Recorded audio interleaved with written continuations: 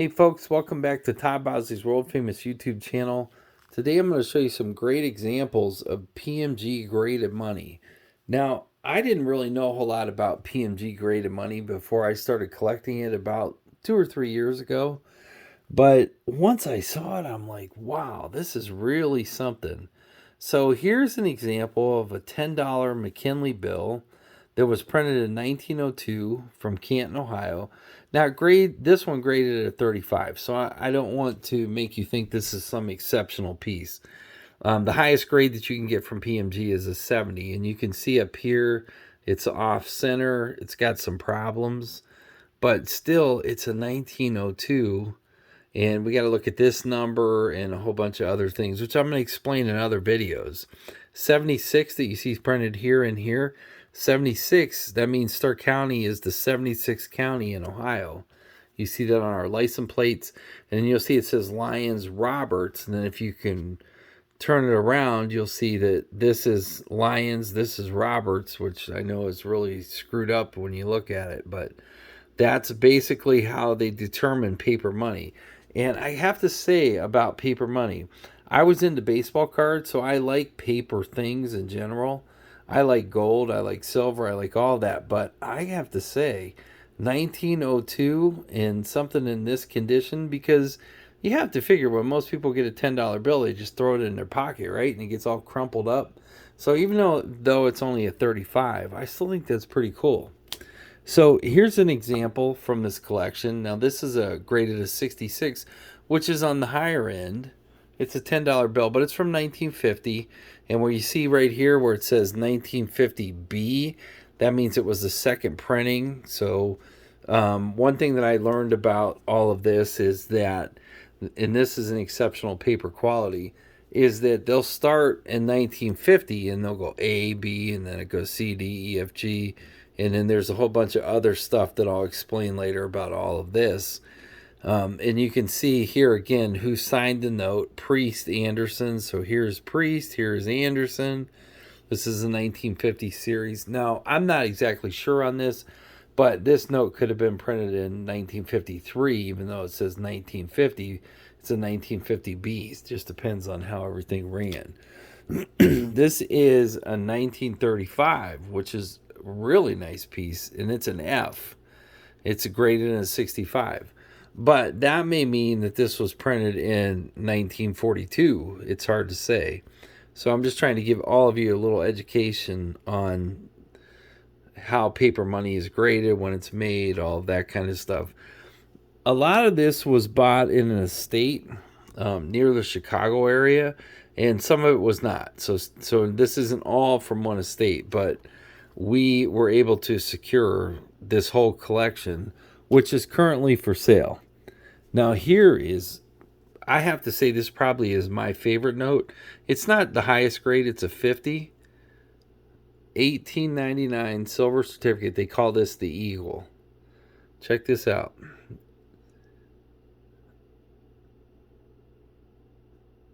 Look at that. And then look at the back of it. So that's what a $1 bill used to look like in 1899.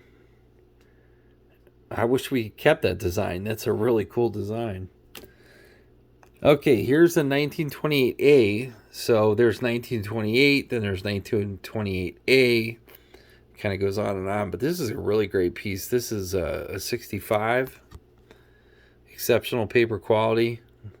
They call this the funny back. So you see the back of the dollar bill. It's different than what we know as the dollar bill now. I'll show you my card real quick. I'm Todd Bosley, Ohio Trading Coin and Jewelry. We buy gold, silver, paper money, baseball cards, collectibles, anything that's pretty cool, we buy it. And everything that I'm showing you in this video is for sale. I'll show you this real quick. Now, this isn't as valuable, but this is a 2011 Disney dollar that was in this collection. It's graded as 66. I don't want to get overly excited about this. You can see the off-centering between the bottom and the top. And I'll show you the back real quick. I mean, it's a nice piece, don't get me wrong. Disney dollars were made for probably almost 30 years. They don't make them anymore. And the problem kind of now is what it costs to grade them. So most of these dollars or paper money, it costs between $35 to $75 to grade it. But look at this one. This is 1917. 1917. George Washington. That's what a $1 bill used to look like in 1917. I love the back of this. Let's check that out. I know I'm kind of running through this quick. This is 1935 silver certificate. Now this was an F, so this easily could have been made maybe in the 40s sometime. I'm doing this in 8K video, so it's a little hard to focus, but I'm trying to give you good views of it. But this is a really nice dollar bill. It's graded as 66. Probably most dollar bills that you see will not grade it as 66, so being that it's from 1940 or so, it's pretty good. 1918 Cleveland. Here we go again. Cleveland's close to where I'm at. This is a 45. I really like this one. We were able to work a deal on this. I know this was a piece that's harder to find than normal. You can see the back of it. It's a $1 bill. It's fairly well centered. It's a little larger down here than it is up there, but still a really great piece. I mean, most people go through life and they don't even know that these type of notes exist. I'm just happy that I was able to find some of this kind of stuff. We've dealt in these kind of products for many years, but I'm still amazed when I see it. Now, this is a 1907 $10 bill. So when you go from the 1 to the 2, and back in the old days, there used to be a $3 bill. Then there's the 5 and the 10. The higher the denomination, the more that it's worth. So even though this is only grading at a 30, it's still worth quite a bit of money because of this back, first of all, and because of the denomination. It's a $10 rather than a $1 or $2, so that makes it worth a little bit more. But look how beautiful that is. That's a $10 bill from 1907. And this is a gold certificate, so most of what you see is silver. This is a gold. Okay, here is a 1928E. Again, so A, B, C, D, E, F, E. We don't really know exactly when that was made. I'm sure we could look it up. I'll get into that down the road. But even though it says 1928, it may have been printed in the 40s. But just take a minute and look at that bill.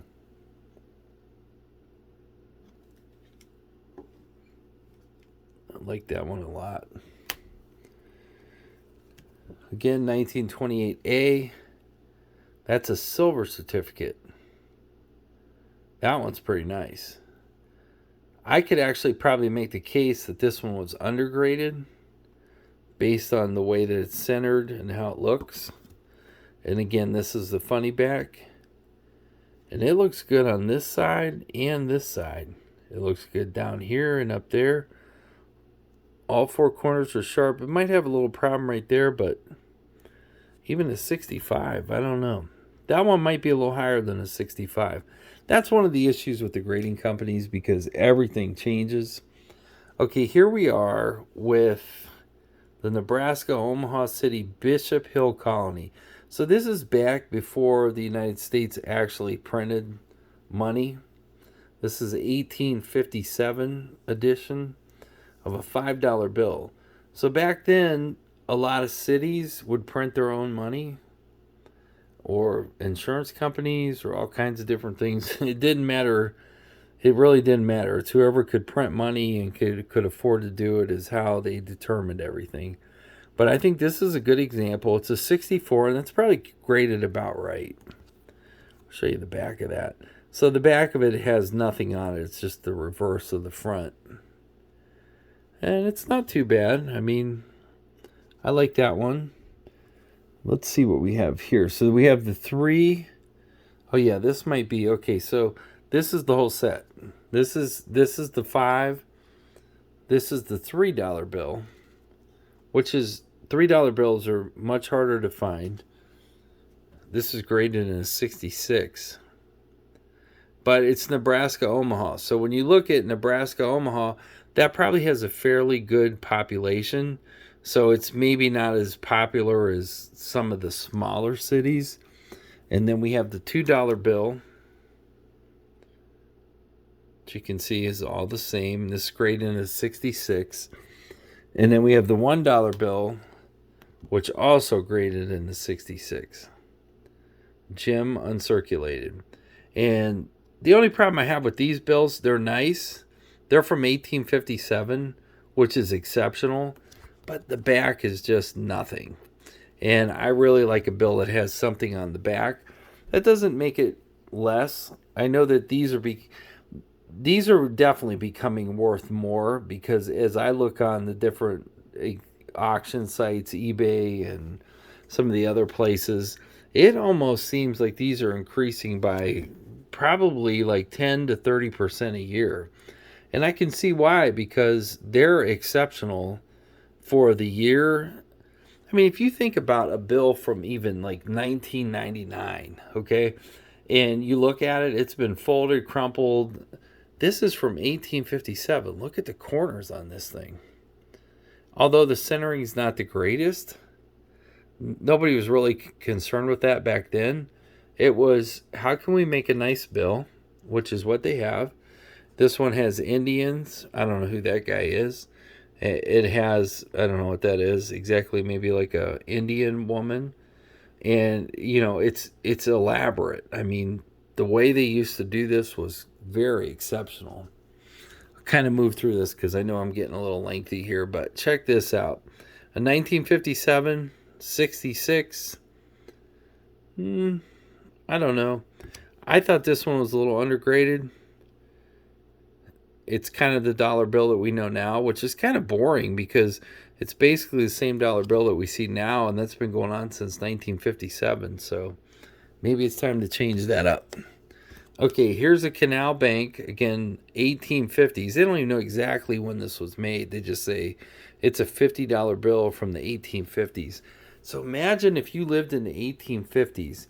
And we know now that even $50 is fairly expensive, but imagine in the 1850s what a $50 bill was worth. This is in a 64. Okay, so that probably means that somebody who had a lot of money in the 1850s had this bill and didn't really do anything with it. But that's what you would think until you see this right here. This says remainder. So you have to be careful with paper money, because when it says remainder, this is a bill that was never in circulation, which kind of stinks because it was never in circulation and still only grading it as 64. And we know that the highest grade that you can have is a 70. So the way that they cut this has a lot to do with it. Look at the back of that, though. Isn't that beautiful? It's a $50 bill. It's a remainder note. I'm not trying to downgrade it. It's just that, man, if they would have cut that right, that bill could have been worth a whole bunch of money. And not that it's not worth a lot. I don't know the exact dollar figure on it. I'm going to guess this bill's probably worth about $300 or so. But, you know, again, you got to look at, it's from Louisiana, New Orleans. There's a lot of people who live there. So it's not as popular as some of the smaller areas. But that's what we got. Okay, here we go. An 1864 Confederate States of the Confederate States of America. I don't know about all this, but it's a $10 bill. It's a Confederate bill. It was in the collection. The back of it looks pretty nice. Not that excited about it. It's a 62. It's okay. It's one that we ended up with. Now we're back to Canal Bank. New Orleans, Louisiana. This is a $10 bill. Let me just put this in comparison. $10 bill, $50 bill. So this is 1850s. That's what the $10 bill looked like. This is what the $50 bill looked like. I like the $50 bill better. And we'll look at the back of it. Now, see, that's got a nice back to it. It's in fairly good shape. I mean, for 1850s, it's probably in great shape. This is a 65. Let's look at that for just a minute. So if you look here, this is a little higher than this is, so the centering's maybe just a little bit off. But again, you're talking 1850s. That's a pretty old note. Okay, here we go. Tell me what you think about this one. I'm going to take a minute and just show it to you. Winchester, Virginia. I've never been there. This one's pretty exceptional, though.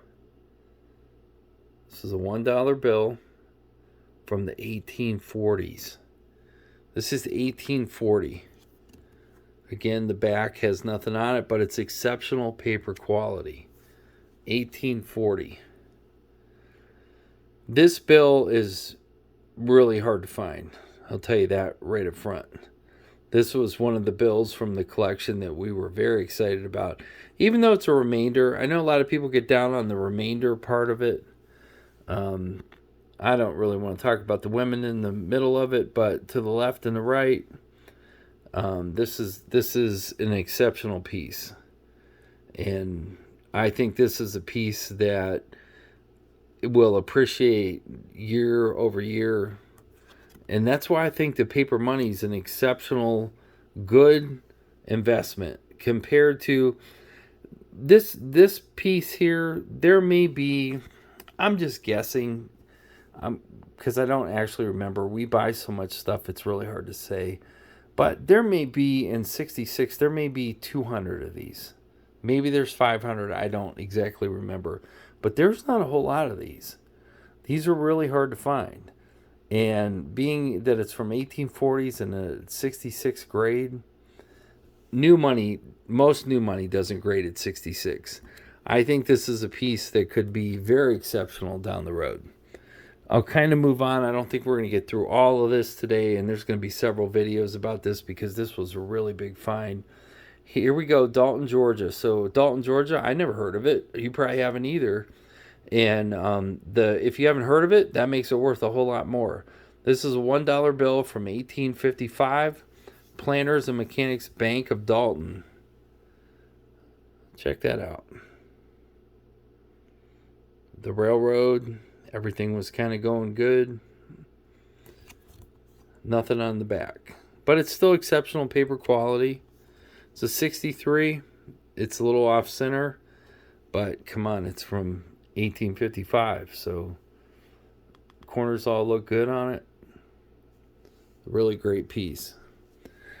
All right, let's do a few more. Providence, Rhode Island. We've all heard of that. We know there are a lot of people live there. This is a $1 bill. It's a remainder again from the 60. It's a graded as 65. Nothing on the back, which is boring, but still a great piece. Nobody knows who that guy is. I never heard of him, but what a nice bill. I mean, that's what money used to look like. It had to be really neat if you lived in this era and you traveled around and you could get all this different money. It would be fun to have all that. Here's a $50 bill. I don't know what $50 was worth in the 1850s, but I got to think it was in the thousands compared to now. Again, it's a remainder. $50 bill, Canal Bank. Look at the back of that. I like that. I think that's really nice. Really great artwork.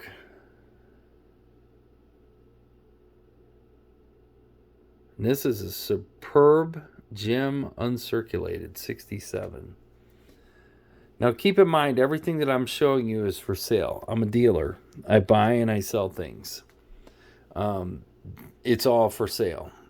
And I treat my customers, the people that I buy this from, I don't have to make it all in one day. If you have a collection that's for sale, I'm the guy you want to call because I'm going to pay you as much as I can, and I'm going to try to find buyers for this that want to pay what you deserve. Because people who build collections like this, again, this is a really old piece. PCGS, not my favorite company. PMG by far is, in my opinion, is much better. But with that said, Here we go. This is a much older $5 bill. And we were able to purchase this from the person who owned it. We were able to pay him a fair price that we think that we can make a couple bucks on by selling it to you. So when you watch this video, if there's anything you see of interest to you, please get a hold of me. I'll give you my contact information again. But everything that we have is for sale. We buy and sell daily. And what a great piece we have here. Not the greatest grading company, but I like it. Okay, here is a 1953 B67. That's a $2 bill.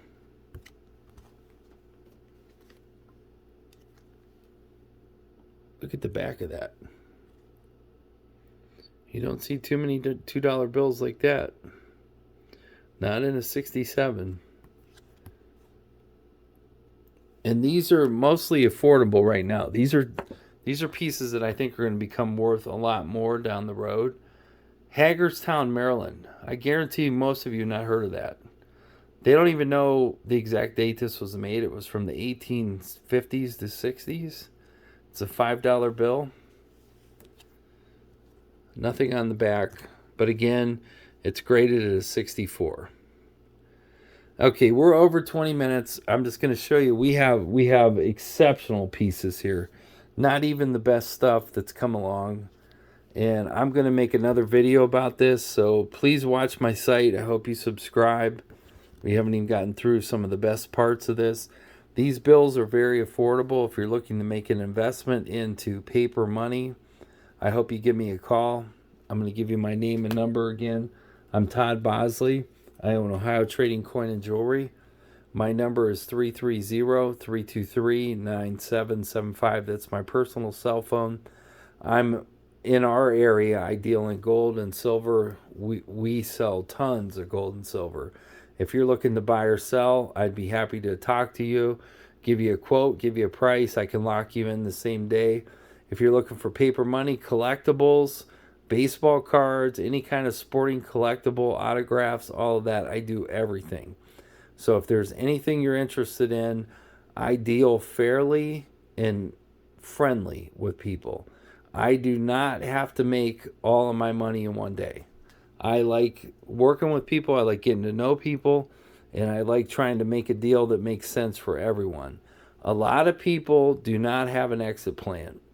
Make sure you have an exit plan.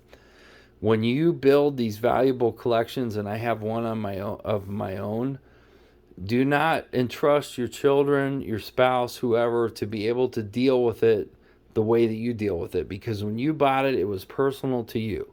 It means something to you. You know the value. You know exactly why you bought it. You didn't buy it so that you could lose on it. Remember that buying a collection is only half of it. Selling it the right way is the other half that makes it successful. That's what I try to help people do. You bring me a collection, I don't care how much money it is, we can do it. And we'll find you the right buyer for it. We'll make it successful for you, and we'll treat you fairly. Do not send your stuff to an auction. Do not take a chance. That is gambling. We could send this collection to an auction, and we all know the big auction names. And they're going to charge us between 30 to 50% to sell it for us. I don't want to do that. I buy collections. I buy it for people. And quite honestly, if I can make a small percentage, it makes sense for me. So I hope you watch this video. I hope you subscribe to my channel, because I'll be doing a lot more videos like this. And I hope that if you have a good collection, you really think this out. You consider it. You educate either a child, a spouse, or a friend about what to do with your collection before you sell it. Do not leave it hanging in the wind like a piece of laundry. Make sure you have a game plan. Make sure you have an exit plan. And make sure you know somebody that you can trust that can pay you to sell this. I'm Todd Bosley. You can give me a call. You can text me at this number. Send me what you have, and I'll tell you what I think it's worth and what I can get it for, or get you for it. Thanks for watching, guys. It's been really fun doing these videos. I hope you'll check out all the other videos that I do. Ohio Trading Coin and Jewelry. We're located near Canton, Ohio, and we love dealing with rare collectible items. Thanks for watching. Bye-bye.